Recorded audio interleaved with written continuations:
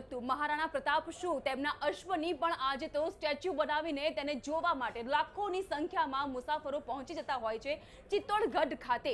પરંતુ એ ચિત્તોડગઢની આપણે આજે વાત નથી કરવી। આજે તો જ્યારે રાજવી પરિવારના વંશજોનું સન્માન થયું છે ગુજરાતની ધરા ઉપર, ત્યારે એ જ રાજવી વંશજની આપણે વાત કરીશું।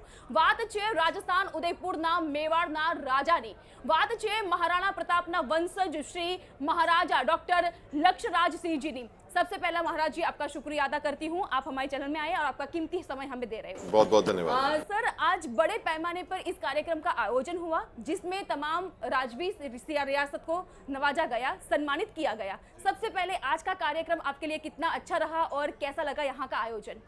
एक ही शब्द में मैं कह सकता हूँ, हम अभिभूत हैं। मतलब इसके अंदर और कुछ कहने के लिए नहीं है। और जो हमारे पुरखों ने जो चीज़ करी और जो इस धरा ने, गुजरात धरा ने जो है, सरकार ने और पूरा पटेल समाज ने जो मिलकर जो सम्मान जो किया है, उसको लेकर हम अभिभूत हैं। और एक बहुत ही बौना सा शब्द है धन्यवाद का, वही जो है वो मेरे दिल दिमाग में, मेरे मन में, मेरी आत्मा में जो है वो वही आता है। सनातन धर्म की चारों ओर बातें हो रही है। आज इस स्टेज पे आपको लग रहा है कि सनातन धर्म यहाँ पे दिख रहा है? मुझे देखिए, सनातन धर्म की जो है बातें हज़ारों सालों से चलती हुई आ रही है। हमारी संस्कृति, हमारी धरोहर ही जो है वो रही है।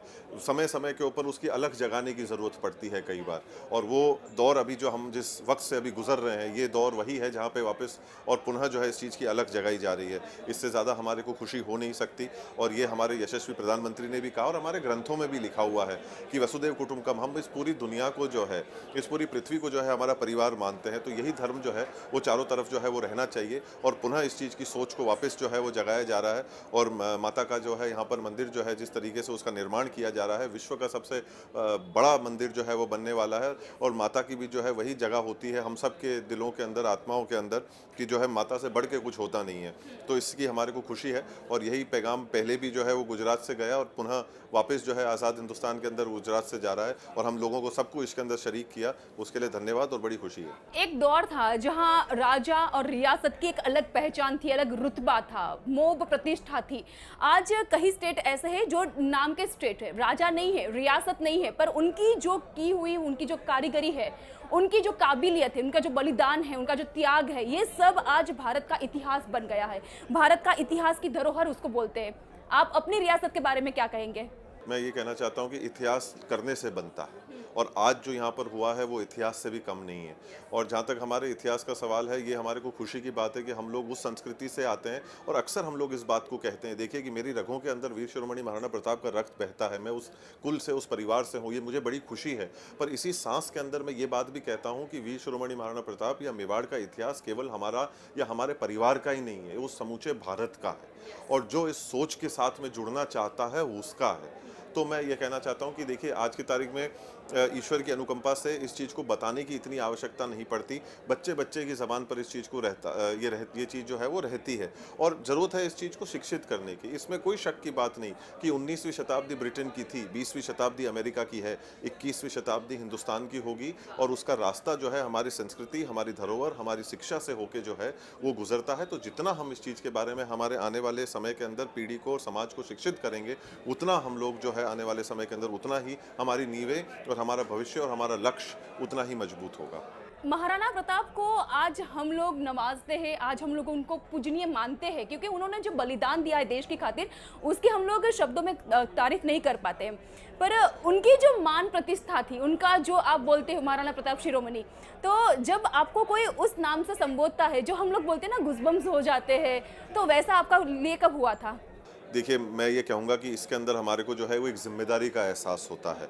इसमें कोई शक की बात नहीं कि देखिए ये एक बहुत बड़ी जिम्मेदारी है। 1500 वर्ष से चलती हुई आ रही एक परंपरा है ये। सन 734 बापर रावल से जो है वो शुरू हुई और अभी वर्तमान में मेरे पिताश्री तक जो 76वीं पीढ़ी है, वहाँ तक जो है ये चीज़ हमारे रगों के अंदर और उनसे मेरे में और मेरे से मेरे सुपुत्र के अंदर जो है वो चलती हुई आ रही है। तो इसको देखकर एक जिम्मेदारी का बड़ा एहसास होता है। एक उपेक्षाओं का जो है, लोगों से आंखों के अंदर जो उपेक्षाएँ दिखती हैं, उसका एक एहसास होता है। ईश्वर से और एकलिंगनाथ से और भोलेनाथ से हम लोग उनके चरणों में यही जो है वो मस्तिष्क को टेक कर यही गुहार लगाते हैं कि हमारे को सक्षम बनाए कि इस जिम्मेदारी के ऊपर हम लोग उसका निर्वाह कर सकें, सही रास्ते पे जो है हम लोग जो है वो चल सकें, और जो काम और कार्य हमारे पुरखों ने जो हमारे हमारे करे हैं उसी सोच को जो है आज की इस भावी 21वीं पीढ़ी के अंदर हम लोग इस चीज़ को आगे बढ़ा सकें। आपने जिम्मेदारी की बात की कि हमारी जिम्मेदारी हमारी नस में बह रहे हैं, हमारे रक्त रक्त में बह रहे हैं।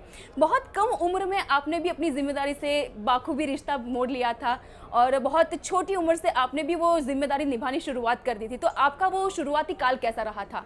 देखिए, मैं ये कहना चाहूँगा कि वो आपकी और मेरी और जो लोग सब जो दर्शक जितने हैं और हमारे देश के जितने नागरिक हैं उन सब की है। और इसके अंदर ऐसा नहीं है कि आप और हम अलग हैं, और ये आपके माध्यम से भी जो है वो मैं सब लोगों को ये कहना चाहूँगा कि वो हमारा कर्तव्य था। ऐसा नहीं है कि मैंने कोई अलग काम कर लिया जिसकी वजह से मुझे कोई मेडल मिलना चाहिए। अगर आज मैंने मेरे ज़िम्मेदारियों का एहसास करा है और उसके प्रति अगर मैं कार्य कर रहा हूँ तो वो हमारी संस्कृति है। मेरी कोई संस्कृति अलग से नहीं लिखी हुई है। मैं उसी संस्कृति से आता हूँ, उसी धरोहर से आता हूँ जिससे आप आते हैं। हम लोग इस भारत की संस्कृति से आते हैं, इस देश की संस्कृति से आते हैं जो हम सबकी है।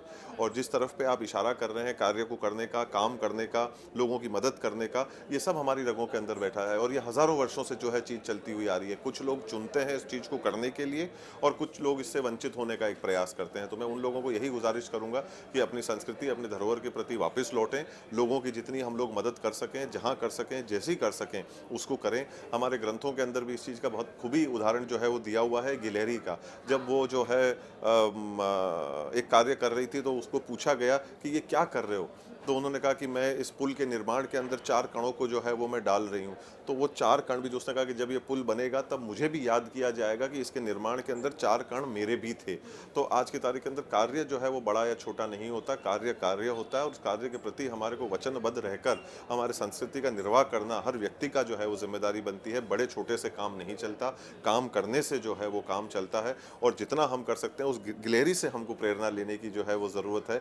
और इन ग्रंथों से हमारी संस्कृति से हमारे को जो है वो प्रेरणा लेने की ज़रूरत है, क्योंकि भावी मनुष्य ने जो है कार्य तो किया ही है, उन्होंने सुनहरे अक्षरों में अपना नाम दर्ज कराया ही है, पर उसके अलावा भी आपको इतने हज़ारों सैकड़ों आपको जीवंत उदाहरण मिलेंगे जो आपको जो है कहीं ना कहीं प्रेरित करेंगे। और आज की तारीख में भारत देश इस चीज़ को कहने से इतना खुश होता है कि पूरी दुनिया के अंदर अगर सबसे कम उम्र का अगर कोई देश है आज की तारीख में वर्तमान के अंदर तो वो भारत देश है। तो उस ऊर्जा को कहीं ना कहीं एक सही दिशा के अंदर लगाने का जो है कार्य है। और यही मैं मतलब जो है लोगों से ये गुजारिश करता हूँ कि वो अलग जगह हम लोग जागें, उस युवा होने का, उस जोश का, उस उत्साह का, उस जुझारूपन का, उस कर्मठता का हम सही दिशा के अंदर जो है हमारे बड़े बुजुर्गों से आशीर्वाद लेकर उसको सही दिशा के अंदर हमें जो है हम लोग लगाएं।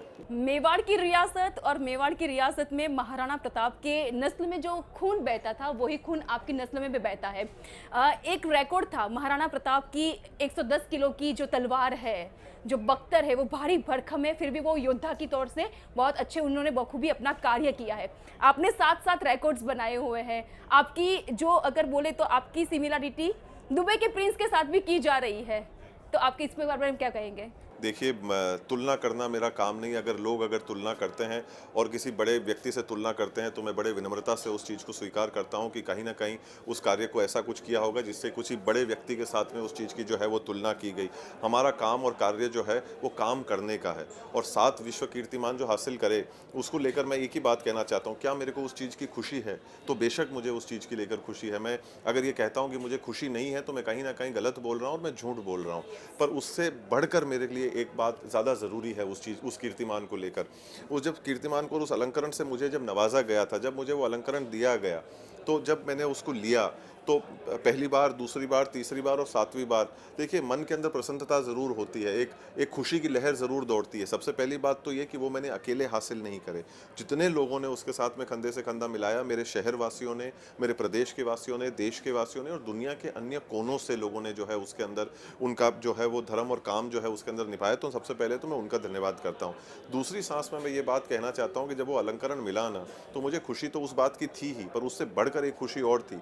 उस अलंकरण के अंदर मेरे नाम के आगे भारत देश लिखा हुआ था, मेरे देश का नाम लिखा हुआ था। तो उस चीज़ को लेकर मुझे सबसे ज़्यादा खुशी हुई कि ये एक अलंकरण एक भारतीय को दिया गया है। तो जब दुनिया के अंदर उस अलंकरण को लेकर या उस जगह को लेकर या उस कार्य को लेकर जब बात होगी तो ये ज़रूर कहा जाएगा कि ये एक भारतीय ने जो है इस चीज़ को हासिल किया था, उसने इस लक्ष्य को जो है उसको तय किया था। और ब्रिटिश पार्लियामेंट के अंदर जब 7वें भारत गौरव से जब नवाजा गया, खास तौर पर ब्रिटेन के अंदर, और जब आपको भारत का गौरव मिलता है, मेरे देश के नाम से अगर मुझे नवाजा जाता है, तो जब मैं इस बात को कहता हूँ तब मेरे रोंगटे खड़े होते हैं।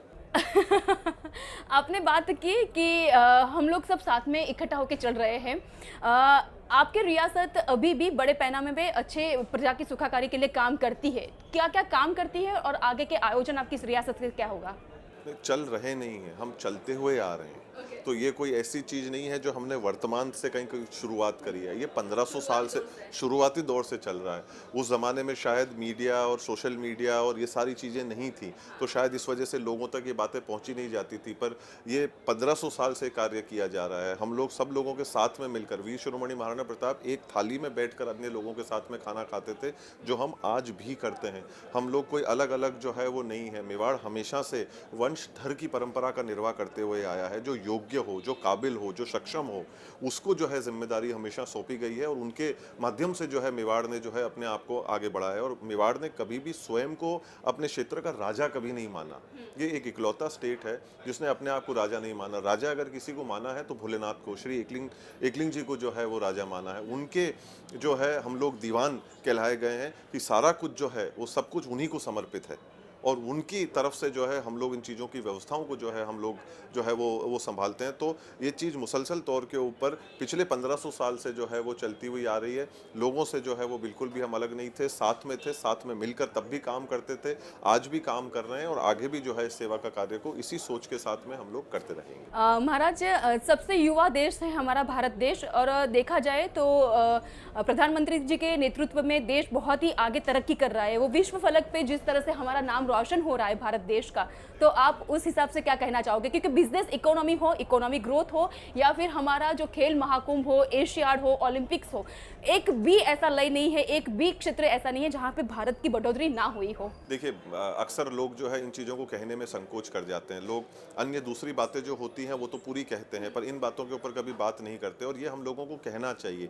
जब अच्छी बात हो तो उसको छाती ठोक के कहना चाहिए। आज हम ये बड़ा गर्व महसूस करते हैं कि जो पिछले 8-9 वर्षों के अंदर जो भारत ने पुनः अपना जो नाम जो है वो वापस कमाया है, इस चीज़ को कहकर जो है वो हम लोगों को भारतीय कहने में जो है वो अपने आप के अंदर गर्व महसूस होता है। हम लोग अपने आप को एक सौभाग्यशाली जो है वो महसूस करते हैं। एक दौर या तो पहले था, या वो दौर अब वापस आया है, जहाँ पर लोग अब खड़े रहते हैं हमारे प्रधानमंत्री से मिलने के लिए। जब हमारे प्रधानमंत्री से मुलाकात का जब वक्त आता है तो हम वो किस चीज़ का मतलब जो है वो एक सोच और एक दृष्टिकोण जो जाती है वो भारत की जाती है। जब इस दुनिया का सबसे ताकतवर व्यक्ति इंतज़ार करता है हमारे यशस्वी प्रधानमंत्री से हाथ मिलाने के लिए, तब मुझे भारतीय होने का जो है वो गर्व होता है। आज जो अन्य कार्य जो किए गए हैं, जो सारे इतने वर्षों के अंदर जो सारी उपलब्धियां जो है वो आज की तारीख में जो की गई है, और बिना किसी हिचकिचाहट के बड़े शांतिपूर्वक तरीके से जो कार्य को किया जा रहा है, ये अपने आप में जो है। और आज वापस जब देश दुनिया के अंदर उथल पुथल होने लगता है, अन्य जो देश जो है झगड़ा करने लगते हैं, तब लोग वापस भारत की तरफ देखते हैं कि सुलह और दोस्ती ये कराएंगे। तो आज हम लोग वापस ये कहते हैं कि विश्व गुरु के उस दौर के अंदर हम लोगों ने एक बहुत ही ठोस कदम जो है वो बढ़ा लिया है, रखा नहीं है, बढ़ा लिया है उस तरफ, जब लोग अब भारत से उम्मीद करने लगे हैं कि अब शांति, चैन और अमन अन्य दूसरे देशों को समझाने के लिए भारत अपनी पूरी योग्यता और सामर्थ्य को जो है वो दिखाएगा। G20 जैसी समिट जो है वो भारत इतने मतलब कामयाब और एक सफलतापूर्वक तरीके से जो है वो करता है, और हम लोगों को, उदयपुर वासियों को, राजस्थान वासियों को इस चीज़ को लेकर एक अलग खुशी होती है। और वो इस चीज़ की कि पहली G20 जो समिट हुई थी वो और कहीं नहीं, उदयपुर में हुई थी। तो इस चीज़ को कहकर जो है हम बड़े खुश होते हैं कि भारत आज की तारीख में अपने आप को उस विश्व के पटल के ऊपर अपने नाम को जो है वो पुनः उसी सुनहरे अक्षरों के अंदर जो है वो वापस अंकित करा रहा है, और हमारे को जो है वो भारतीय कहलाने में पुनः जो है वो वापस हमारे को जो गौरव जो है वो हासिल हो रहा है। ये कहने में जो है हमारे को कोई हिचकिचाहट नहीं, और इन सारी अच्छाइयों को कहना चाहिए, मानना चाहिए, और देश के लिए प्रेरणा की बात है। सारे स्टेट, सारी रियासत, उनके साथ जुड़ी उनकी पगड़ी का रंग, पगड़ी की स्टाइल, आपकी पाग और आपकी पगड़ी के बारे में क्या बताएंगे? देखिए, हम मेवाड़ वासियों की जो है ये पहचान है, ये पगड़ी है, जिसके लिए हम लोगों ने सर भी दिए हैं और लिए भी हैं। तो कहने का मतलब ये है कि हमारे लिए एक स्वाभिमान का चिन्ह है, जो हम हमारी आस्तीन पर और सर पर लेकर हम लोग जो है वो घूमते हैं। क्योंकि मेवाड़ के पास में अगर कभी भी कुछ रहा है तो उनका स्वाभिमान रहा है। धन दौलत हमारे पास में ना तब थी ना आज इतनी है, और अब अगर एक चीज़ की अगर धन दौलत अगर हमारे पास में है तो वो हमारे स्वाभिमान की है कि हमने हमारे कभी आत्मा को किसी खूंटे के ऊपर टांग कर हमने हमारे अपने आप के मूल्यों के साथ में कभी सौदा नहीं किया, ना उनको कभी बेचा। हमने हमारे जान को गंवाना बेहतर समझा बनिस्बत हमारे स्वाभिमान को देना। और इसके अंदर जब आपसे मैं बात करता हूं तो उस चीज़ को लेकर मेरे दिल दिमाग में एक बात और पुनः याद आती है कि हमारी महिलाओं ने जो त्याग और तपस्या और बलिदान जो दिया है केवल और केवल स्वाभिमान को लेकर, जी, तो आज की तारीख में आप देखिए कि वो शक्ति जो है उसको शब्दों में जो है वो ही पूजनीय है कि अगर वो नहीं होते तो हम नहीं होते। और जो है, और आज मेवाड़ वो नहीं होता अगर हमारी शक्ति हमारे साथ में अगर नहीं होती। तो जब उन्होंने आकर हमारे इस तरीके से जो है वो एक विश्वास जो है जगाया, वो आग, वो राख आज भी हमारे आत्माओं के अंदर ठंडी नहीं हुई है और ना कभी हो सकती है। और जब मैं इस चीज़ को लेकर आपसे बात भी करता हूँ तो कहीं ना कहीं वो पुनः मेरे दिल दिमाग में जो है हमारे पूर्वजों का जो एक वो बलिदान है, महिलाओं का जो एक बलिदान है, जिस चीज़ को लेकर हम लोग अक्सर बातें कम होती हैं या वो सामने नहीं आती हैं, कम से कम इस सोच और इस बातचीत से हम लोग वापस उस चीज़ को नमन कर सकते हैं। हमारी श्रद्धांजलि जो है उस सोच के प्रति जो है हम लोग जो है वो रख सकते हैं। और एक बात इस चीज़ के साथ में वर्तमान के परिप्रेक्ष्य में भी मैं अर्ज़ करना चाहूँगा कि अक्सर राजा महाराजाओं को इस चीज़ के लिए कोसा गया है कि उन्होंने महिलाओं को कभी आगे नहीं आने दिया, उन्होंने उनको पढ़ने नहीं दिया, उनको दबा कर रखा, उनको कमरे के अंदर रखा, उनको बाहर नहीं आने दिया। इससे ज़्यादा गलत सोच मेवाड़ के परिप्रेक्ष्य में नहीं हो सकती थी। और उसका उदाहरण मैं आपको देना चाहता हूँ। और उन्होंने कहा कि इनको शिक्षित नहीं होने दिया, बच्चियों को पढ़ने नहीं दिया। आज हम लोग बेटी बचाओ बेटी पढ़ाओ की इतनी दबंगता से और इतनी खुशी से हम लोग बात करते हैं, तब मेवाड़ उस चीज़ के साथ में कदम ताल मिलाते हुए कहता है कि ये कार्य हमने 25 साल, 50 साल, 75 साल, 100 साल पहले नहीं, या 125 साल पहले भी नहीं, पूरे 150 साल पहले मेरे पूर्वजों ने जो है केवल एक बालिकाओं के लिए पाठशाला खोली थी, शंभू पाठशाला के नाम पे, सन 1864 के अंदर, जब हम लोगों ने ये कहा था कि नहीं, महिलाओं को, बच्चियों को शिक्षित करना जो है वो आवश्यक है। जो आज भी वर्तमान के इस आज़ाद हिंदुस्तान के अंदर वो पाठशाला आज भी मौजूद है, जिसको Maharana of Mewar charitable foundation पूरी तरीके से जो है आज भी सपोर्ट करता है। तो 150 साल पहले उन महिलाओं को, बच्चियों को पढ़ाने का काम चालू किया गया था, जो आज भी चल रहा है। और हाल ही में उन लोगों को हमारी ज़रूरत पड़ी थी, जिस वक्त हम लोग उनके साथ में खड़े थे। और मेरा सौभाग्य है कि मैं उस पूरे सभागार के अंदर उपस्थित होकर, उस स्थान के ऊपर उपस्थित होकर शंभू पाठशाला के अंदर ये वचन देकर आया कि अगले 150 साल बाद भी उनको अगर हमारी ज़रूरत पड़ेगी तो हम उनको मौजूद मिलेंगे। वाह, आपके महल में छोटे राजकुमार भी है, और जैसे आपने बताया कि हमारा देश है, सबसे युवा देश है, तो आज इस माध्यम से, गुजरात फर्स्ट के माध्यम से, अपने देश की जनता को, सारे व्यूवर्स को आपकी तरफ से एक मैसेज हो जाए जिससे हम हमारे युवा देश को और युवा कर पाए। देखिए, मैं अक्सर युवाओं से जब बातचीत होती है, मुलाकात होती है, मुखातिब होते हैं, तो मैं एक ही बात कहना चाहता हूं कि हम लोग सोच को जो है वो इतनी गहरी नहीं करें कि फैसले कमज़ोर होने लग जाएं। हमारे बड़े बुजुर्गों का आशीर्वाद हमारे सर के ऊपर रखें, उस संस्कृति का पूरी तरीके से निर्वाह करें, क्योंकि हम उस संस्कृति से आते हैं जहाँ पर भगवान, हमारे माता पिता और गुरु तीनों अगर हमारे सामने साक्षात अगर उपस्थित हो जाएं, तो सबसे पहले अगर मस्तिष्क ये अगर कहीं झुकता है तो अपने गुरुओं के चरणों में अगर जाकर झुकता है। तो हम लोग उनसे आशीर्वाद लें, उनसे शिक्षा लें, और हम उनसे सही रास्ते के ऊपर चलने का जो है वो एक ऊर्जा लें, और सोच को इतनी गहरी नहीं करें, क्योंकि जहाँ हम लोग युवा जहाँ सोच गहरी कर देते हैं, फिर अगले कदम उठाने के लिए हम लड़खड़ाने लग जाते हैं। तो सोच को गहरी मत करो और अपने जो है वो उसको आगे अपने जो है उसको बढ़ाते रहिए, जिससे कि आपके फैसले कमज़ोर जो है वो ना हो और आप अपने लक्ष्य तक भी पहुँचें और उस पर राज भी करें। तो जे તમે ધારીને બેઠા છો એ લક્ષ્યને તમારે વળગી રહેવાનું છે અને વડીલોના આશીર્વાદથી તમે તમારું લક્ષ્ય સાધન કરી શકો છો। તમારે ક્યાંય કમજોર બનવાની જરૂર નથી, બાકી ઈશ્વરના આશીર્વાદ અને તમારું જે અથાગ પ્રયત્ન હશે એ તમને સફળતા જરૂર અપાવશે। મારા સાહેબ, आज आप हमारे साथ जुड़े रहे और आपने बहुत सारी अच्छी बातें की और एक अच्छा सा मैसेज भी दिया। आपका शुक्रिया। आपने वक्त दिया और आपने बुलाया, उसके लिए बहुत बहुत थैंक यू धन्यवाद। So much.